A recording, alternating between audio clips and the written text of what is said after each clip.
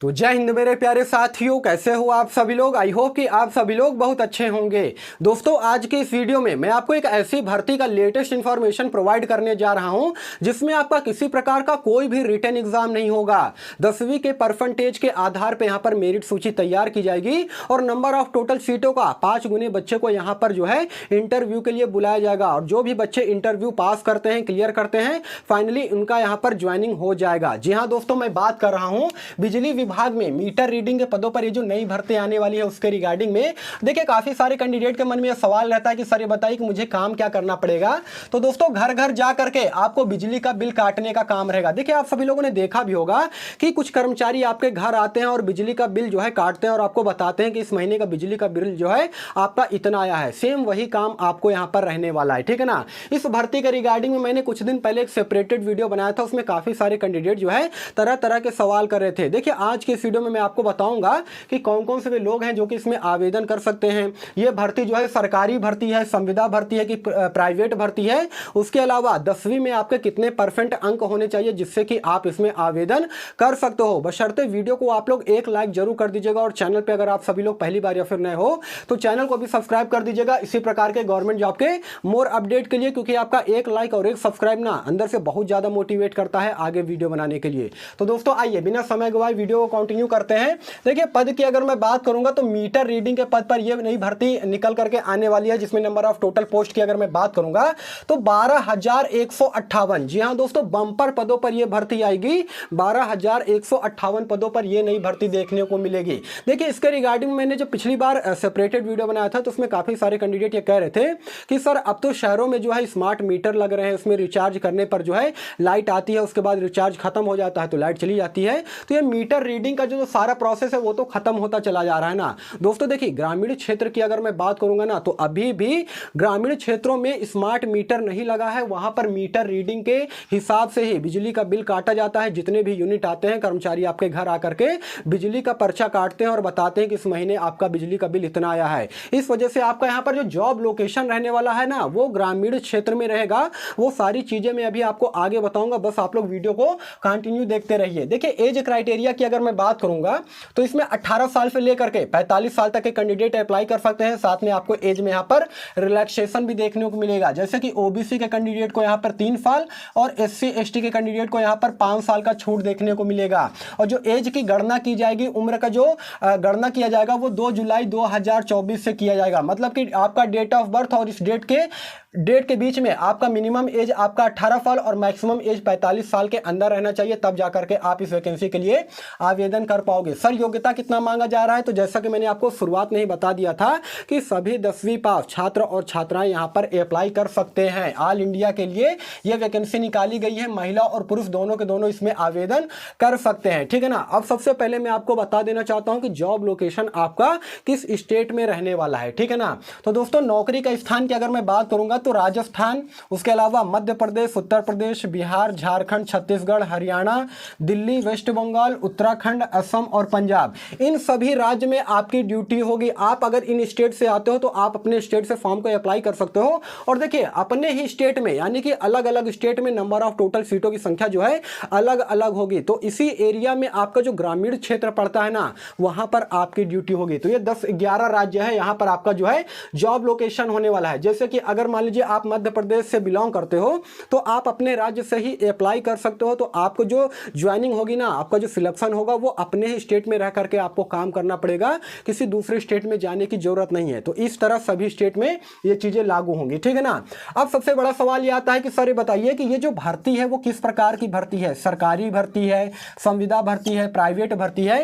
दोस्तों, काफी सारे कैंडिडेट जानते हैं, क्या समझते हैं कि ये सारी जो भर्तियां आती हैं वो सरकारी भर्ती होती है, लेकिन ऐसा नहीं होता है। शुरुआत में जो भर्ती होती है ना वो संविदा के आधार पे होती है। तो ये जो भर्ती निकल करके सामने आई हुई है ये पूरी तरीके से संविदा भर्ती है। लेकिन दोस्तों, इसमें होता क्या है कि आपका रिकॉर्ड देखा जाता है 1 साल तक कि आपने जो है कितनी छुट्टियां ली है, किस हिसाब से आपने काम किया है। अगर आपका रिकॉर्ड अच्छा रहेगा, आपका परफॉर्मेंस जो है अच्छा पाया जाता है, तो 1-2 साल के बाद यहाँ पर इसमें परमानेंट भी किया जा सकता है। हो सकता है कि आपको बिजली ऑफिस में काम दे दिया जाए, है ना, इस तरह की चीज़ें होती हैं। इसलिए शुरुआत में ये जो भर्ती है संविदा भर्ती है, लेकिन आगे चल करके इसे परमानेंट किया जा सकता है। अब आप लोग कहोगे सर ये सब तो ठीक है, लेकिन ये बताइए कि इसमें फीस कितना लगेगा ऑनलाइन आवेदन करने के लिए। देखिए पूरी तरीके से ऑनलाइन भर्ती है, ठीक है ना, ऑनलाइन भर्ती है, इसे आप लोग जो है ऑफलाइन ढूंढने मत लग जाइएगा। अभी मैं आपको आवेदन और नोटिफिकेशन के बारे में भी जानकारी दूंगा और आवश्यक दस्तावेज क्या क्या लगेंगे, और ये 6 आवश्यक दस्तावेज के बगैर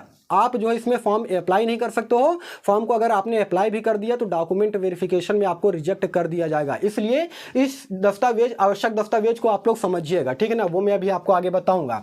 फीस की अगर मैं बात करूंगा तो अगर आप जनरल, ओबीसी या फिर ईडब्ल्यूएस कैटेगरी के अंतर्गत आते हो तो आपसे 100 रुपये लिया जाएगा। उसके अलावा SC ST कैटेगरी वालों से यहाँ पर कोई भी पैसा नहीं लगेगा, यानी कि आप लोग बिल्कुल निःशुल्क इसमें फॉर्म को अप्लाई कर सकते हो। किसी प्रकार का कोई भी रिटर्न एग्जाम नहीं होगा, सीधी भर्ती होगी, यानी कि यहाँ पर किसी प्रकार का कोई भी एक्सपीरियंस सर्टिफिकेट भी नहीं मांगा जा रहा है। लेकिन अगर आपने पहले कभी भी कोई काम किया हो तो आप यहाँ पर एक्सपीरियंस सर्टिफिकेट लगा सकते हैं। हालांकि वो चीज़ जो है आपसे इंटरव्यू में पूछा जाएगा कि इससे पहले आपने कभी कुछ काम किया है कि नहीं किया है। लेकिन यहाँ पर अगर आप फ्रेशर कैंडिडेट भी हो ना तो यहाँ पर अप्लाई कर सकते हो, किसी प्रकार का कोई भी इश्यू नहीं है। अब सबसे पहले आप लोग सिलेक्शन प्रोसेस के बारे में समझिएगा कि सिलेक्शन प्रोसेस सर किस प्रकार से होगा।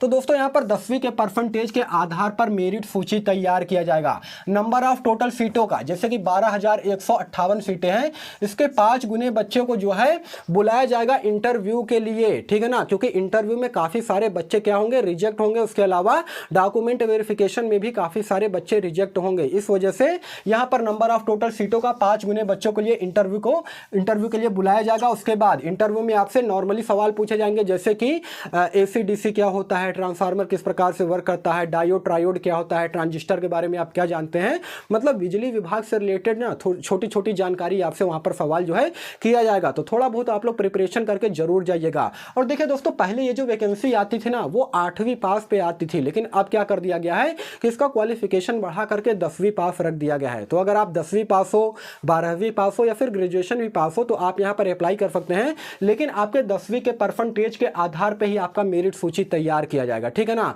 और एक बात और, देखिए इंटरव्यू में आपको बिल्कुल भी घबराने की जरूरत नहीं है। फुल्ली कॉन्फिडेंस हो करके आपको इंटरव्यू देना है। अगर आपको किसी सवाल का जवाब नहीं आता है तो वहां पर सीधे बोल देना है कि सर इस सवाल का जवाब जो है मुझे नहीं आता है। उसके अलावा आपसे यह भी पूछा जाएगा कि आपने पहले क्या काम किया है ना, किस प्रकार का काम किया है, आप कहां से बिलोंग करते हो, आपकी शैक्षणिक योग्यता क्या है। तो ये सारी चीजें नॉर्मल सवाल पूछा जाएगा, वो सारी चीजें आपको यहाँ पर बताना है इंटरव्यू में, ठीक है ना। इंटरव्यू जैसे ही आप पास कर लेते हो उसके बाद आपका एक छोटा सा डॉक्यूमेंट वेरिफिकेशन होगा, DV होगा, जो कि डिजी लॉकर के माध्यम से होगा। उसमें आपके जितने भी शैक्षणिक योग्यता है, जो भी दस्तावेज है, वो भी मैं आपको आगे बताऊंगा। डिजी लॉकर के माध्यम से उसमें सारा आपका डॉक्यूमेंट जो है वो चेक किया जाएगा कि आपके सारे डॉक्यूमेंट्स जो है वो रियल और ऑथेंटिक है कि नहीं है, किसी प्रकार का कोई फेक तो आप डॉक्यूमेंट्स लेकर के नहीं आए हो, ठीक है ना। तो ये सारी चीजें DV में चेक किया जाएगा। उसके बाद एक छोटा सा मेडिकल होगा, उसके बाद फाइनल आपको ज्वाइनिंग दे दी जाएगी। अब सबसे बड़ा सवाल ये आता है कि सर ये बताइए 10वीं में कितने % अंक होने चाहिए जिससे कि मैं आवेदन कर सकता हूँ। और ये एक बहुत बड़ा सवाल है, क्योंकि काफी सारे बच्चे के मन में ये सवाल आता है कि सर मेरे तो इतने % मार्क्स हैं, मैं अप्लाई करूंगा तो मेरा इसमें जो है मेरिट सूची में नाम आएगा कि नहीं आएगा। तो दोस्तों मैं आपको बता रहा हूं, इसमें कम से कम आपके 70% प्लस मार्क्स है ना, या फिर 75% प्लस मार्क्स हैं, तो इसमें आप ऑनलाइन आवेदन कीजिएगा। अगर 70 से नीचे हैं तो आप आवेदन तो कर सकते हो, लेकिन उसमें थोड़ा सा कम चांस है कि आपका मेरिट सूची में नाम आ जाए, क्योंकि आप सभी लोगों को मालूम है कि कोविड के टाइम पे जितने भी बच्चे प्रमोट हुए थे ना, उनके यहाँ पर जो है बहुत ही अच्छे खासे % मार्क्स हैं, 95%, 98%, 96%, इस प्रकार से जो है उनके मार्क्स है। इस वजह से उनको यहाँ पर ज़्यादा बेनिफिट मिलेगा। उसके अलावा वे बच्चे जो कि CBSE बोर्ड से पास हुए हैं, वे अगर इसमें अप्लाई करते हैं तो उनको यहाँ पर ज़्यादा फायदा मिलेगा, क्योंकि जो बच्चे CBSE बोर्ड से पास होते हैं ना उनके भी % अच्छे खासे होते हैं। लेकिन वे बच्चे जो कि 2012, 13, 14 में पास आउट हुए हैं, उनके 60%, 55% या फिर 70% मार्क्स बने हैं, तो वे भी अप्लाई कर सकते हैं, लेकिन उनका थोड़ा यहाँ पर कम चांस रहेगा, क्योंकि यहाँ पर मेरिट बेस जो है सिलेक्शन होगा, जिसके ज़्यादा % होंगे ना उसी के यहाँ पर शॉर्ट लिस्टेड कैंडिडेट में यहाँ पर नाम आएगा, मेरिट सूची में यहाँ पर नाम आएगा, ठीक है ना। अब सबसे बड़ी बात ये आती है कि सर ये बताइए इसमें अगर मेरी ज्वाइनिंग हो जाती है तो इसमें सैलरी मुझे कितनी दी जाएगी। तो दोस्तों इसमें आपको जो शुरुआती सैलरी दी जाएगी वो दिया जाएगा 18,000 के आसपास इन हैंड सैलरी आपको दी जाएगी, और आपको 2 साल तक इतना ही सैलरी दिया जाएगा, ठीक है ना। यानी कि जब संविदा के आधार पर आपकी ड्यूटी रहेगी तो आपको 18,000 रुपये ही मिलेगा, उसके अलावा आपको कुछ भी नहीं मिलेगा। रहना खाना रूम की व्यवस्था आपको खुद से करना पड़ेगा, केवल यहाँ से आपको सैलरी मिलेगी, विभाग आपको सैलरी देगी, ठीक है ना। और आगे चल करके मान लीजिए आपका परमानेंट हो जाता है ना, तो इसमें जो आपको शुरुआती सैलरी रहेगी वो 22,000 से लेकर के 24,000 के बीच में आपको दिया जाएगा, लेकिन ये तब होगा जब आपका ये जो ड्यूटी है पूरी तरीके से परमानेंट हो जाएगा, ठीक है ना। अब आप लोग ये समझिए कि ये जो आवश्यक दस्तावेज है उसमें क्या क्या आवश्यक दस्तावेज जो है मेरे पास होने चाहिए, और इसमें से एक भी आवश्यक दस्तावेज अगर आपके पास नहीं होगा ना तो डॉक्यूमेंट वेरिफिकेशन या फिर इंटरव्यू में आपको रिजेक्ट कर दिया जाएगा। इसलिए आप लोग ये आवश्यक दस्तावेज के बारे में जरूर फोकस कीजिएगा, ठीक है ना। तो सबसे पहले तो यहाँ पर आपके पास 10वीं की मार्कशीट सर्टिफिकेट होना चाहिए, उसके अलावा कास्ट सर्टिफिकेट होना चाहिए, वो भी जो है देखिए सेंट्रल लेवल का हो चाहे स्टेट लेवल का हो यहाँ पर चल जाएगा, किसी प्रकार की कोई भी दिक्कत नहीं है, बशर्ते आपका जो कास्ट सर्टिफिकेट है ना वो ज़्यादा पुराना नहीं होना चाहिए, ये चीज़ आप लोग देखिएगा, ठीक है ना। 6 महीने 1 साल के अंदर अंदर रहेगा तो चल जाएगा, लेकिन उससे ज़्यादा पुराना है तो आप लोग जो है उसे रिन्यूअल करवा लीजिएगा, ठीक है ना, अपडेट करवा लीजिएगा। तीसरे नंबर की अगर मैं बात करूँगा तो यहाँ पर लगेगा आपका रेजिडेंशियल सर्टिफिकेट, जिसे हम लोग हिंदी में निवास प्रमाण पत्र बोलते हैं, ये सर्टिफिकेट जो है आपके पास होना चाहिए। उसके अलावा चौथे नंबर की अगर मैं बात करूंगा तो आपके पास आधार कार्ड होना चाहिए, पैन कार्ड होना चाहिए। देखिए पैन कार्ड अगर नहीं होगा तो चलेगा, लेकिन आधार कार्ड होना बहुत ज़्यादा जरूरी है। और आपके आधार कार्ड और 10वीं में जो आपके 10वीं के मार्कशीट है उसमें आपका नाम पता father name date of birth वगैरह सब कुछ सही होना चाहिए, किसी प्रकार का कोई भी मिसमैच नहीं होना चाहिए, अदरवाइज आपको जो है डॉक्यूमेंट वेरिफिकेशन में या फिर इंटरव्यू में रिजेक्ट किया जा सकता है, ठीक है ना। देखिए वहाँ पर माइनर चीज़ें ही देखते हैं, जब आपका इंटरव्यू होगा या फिर डीवी होगा ना तो छोटी छोटी चीज़ें देखती हैं, जहाँ पर अगर वहाँ पर किसी प्रकार का मिसमैच पाया जाता है तो आपको वहाँ पर डीवी में रिजेक्ट कर दिया जाएगा, आप रोते रह जाओगे, लेकिन वहाँ पर कोई सुनवाई नहीं होगी। इसलिए अगर किसी प्रकार का मिसमैच है तो अभी आप लोग CSC सेंटर जा करके इसे सुधरवा लीजिएगा। उसके अलावा दोस्तों यहाँ पर आपका मेडिकल सर्टिफिकेट लगेगा, जो कि जिला अस्पताल से बनता है, 1 से 2 दिन में बन जाएगा, वो चीज़ आप लोग बनवा लीजिएगा। डेट ऑफ बर्थ सर्टिफिकेट आपके पास होना चाहिए। और हाँ, इस वैकेंसी के लिए आप आवेदन करते हो ना साइबर कैफे से, तो आपको एप्लीकेशन का प्रिंट मिलेगा, वो भी अपने पास संभाल करके रखिएगा, वो भी जो है डॉक्यूमेंट वेरिफिकेशन में या फिर इंटरव्यू के टाइम पे देखा जाएगा। बस इतने सारे आपके पास डॉक्यूमेंट्स होने चाहिए, इसके अलावा कुछ भी नहीं चाहिए। और हाँ, पासपोर्ट साइज फोटो भी रख लीजिएगा। और इतने सारे जो मैंने आपको आवश्यक दस्तावेज बताया ना, इसके अलावा कोई भी आवश्यक दस्तावेज की जरूरत नहीं है, इतने सारे दस्तावेज रहेंगे तो बस काम चल जाएगा आपका। अब सबसे बड़ी बात यह आती है कि सर बताइए सारी चीजें तो ठीक है, लेकिन इसका ऑनलाइन आवेदन मैं कैसे करूंगा और नोटिफिकेशन मुझे कहां से मिलेगा। तो दोस्तों देखिए, इसका ऑनलाइन आवेदन अभी स्टार्ट नहीं हुआ है, ये चीज मैंने आपको पिछली वैकेंसी में भी बताया है, क्योंकि अभी आप सभी लोग को मालूम है कि लोकसभा चुनाव इतनी समय चल रहे हैं और 4 तारीख को लोकसभा चुनाव का नतीजा आ जाएगा। और जैसे ही लोकसभा चुनाव के नतीजे आ जाएंगे उसके बाद करीब करीब 10 जून को इसका नोटिफिकेशन जारी कर दिया जाएगा वेबसाइट पर। उसके बाद जो है इसमें आप ऑनलाइन आवेदन कर सकते हो। कुल मिलाकर के 15 जून तक, जी हाँ दोस्तों, 15 जून तक इसमें आपको ये वैकेंसी देखने को मिल जाएगी बिजली विभाग में मीटर रीडिंग के पदों पर, जो कि नेशनल पावर कॉर्पोरेशन की तरफ से ये भर्ती जो है आने वाली है। तो बस आप लोग थोड़ा सा वेट कीजिए। कुल मिला के कहने वाली बात यह है कि जो भी बच्चे GDS यानी ग्रामीण डाक सेवक की भर्ती का इंतजार कर रहे हैं ना, उसी के साथ में आपको ये नई भर्ती देखने को मिलेगा, जिसमें कि 10वीं पास कैंडिडेट अप्लाई कर सकते हैं और आपका किसी प्रकार का कोई भी रिटन एग्जाम नहीं होगा, मेरिट बेस्ड सिलेक्शन होगा, इंटरव्यू आपको पास करना पड़ेगा और फाइनली आपको यहाँ पर ज्वाइनिंग दे दी जाएगी। तो दोस्तों 15 जून तक आपको रुकना पड़ेगा, 15 जून तक। 15 जून के बाद इसका जो है आवेदन पूरी तरीके से स्टार्ट हो जाएगा और 10 जून के बाद इसका ऑफिशियल नोटिफिकेशन जो है जारी कर दिया जाएगा। देखिए, आप लोग अभी तक आप हमारे टेलीग्राम चैनल से नहीं जुड़े हो ना, तो जल्द से जल्द आप हमारे टेलीग्राम चैनल से जुड़ जाइए, क्योंकि वहां से आपको काफी ज्यादा बेनिफिट मिलेगा। टेलीग्राम चैनल का लिंक मैंने वीडियो के डिस्क्रिप्शन में ऑलरेडी डाल रखा है। दोस्तों यहाँ पर मुझे बहुत ज्यादा गर्मी लग रही है, आप मेरे चेहरे पर पसीना देख पा रहे होगे।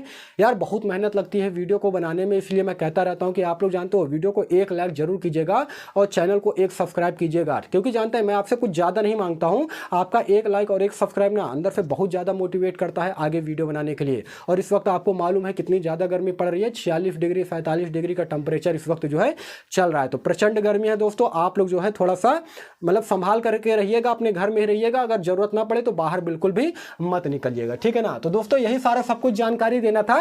देखिए इस भर्ती के रिगार्डिंग में किसी प्रकार का कोई भी डाउट हो, कोई भी सवाल होना तो कमेंट सेक्शन खुला है, टेलीग्राम चैनल का लिंक जो है मैंने वीडियो के डिस्क्रिप्शन में भी डाल दिया है, वहां से आप सभी लोग वहां पर जाकर के आप लोग कमेंट कर सकते हो, मैं आपके कमेंट का रिप्लाई भी दूंगा। बाकी यही सारा सब कुछ जानकारी देना था। वीडियो आपको इन्फॉर्मेटिव लगा है तो वीडियो को लाइक कीजिएगा, चैनल को सब्सक्राइब कीजिएगा। बाकी फिर मिलूंगा किसी नेक्स्ट वीडियो में, तब तक के लिए धन्यवाद।